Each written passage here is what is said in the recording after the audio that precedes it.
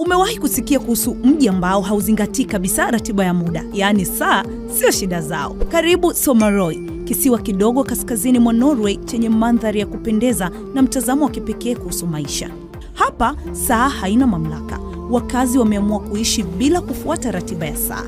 Kwenye daraja linaloelekea kisiwani, saa nyingi zimefungwa kama ishara ya uhuru wao dhidi ya muda. Badala ya kuongozwa na saa, maisha yao yanafuata mwanga wa jua au giza la usiku wa pola. Wakati wa kiangazi, kuna siku 69 ambazo jua halizami kabisa. Ni kawaida kuwaona watu wakicheza mpira saa 8 usiku au wakiogelea katikati ya usiku. Majira ya baridi huleta giza kwa zaidi ya siku 70, lakini anga hung'aa kwa taa za aurora, mandhari inayovutia wageni kutoka duniani kote. Wakazi wa Somaroi wanaishi kwa uhuru wa kipekee, wakila, kulala na kuamka kadiri wanavyojisikia. Wao, muda si mwalimu, ni hisia zako. Vipi, wewe unaweza kuishi maisha bila kufuata saa?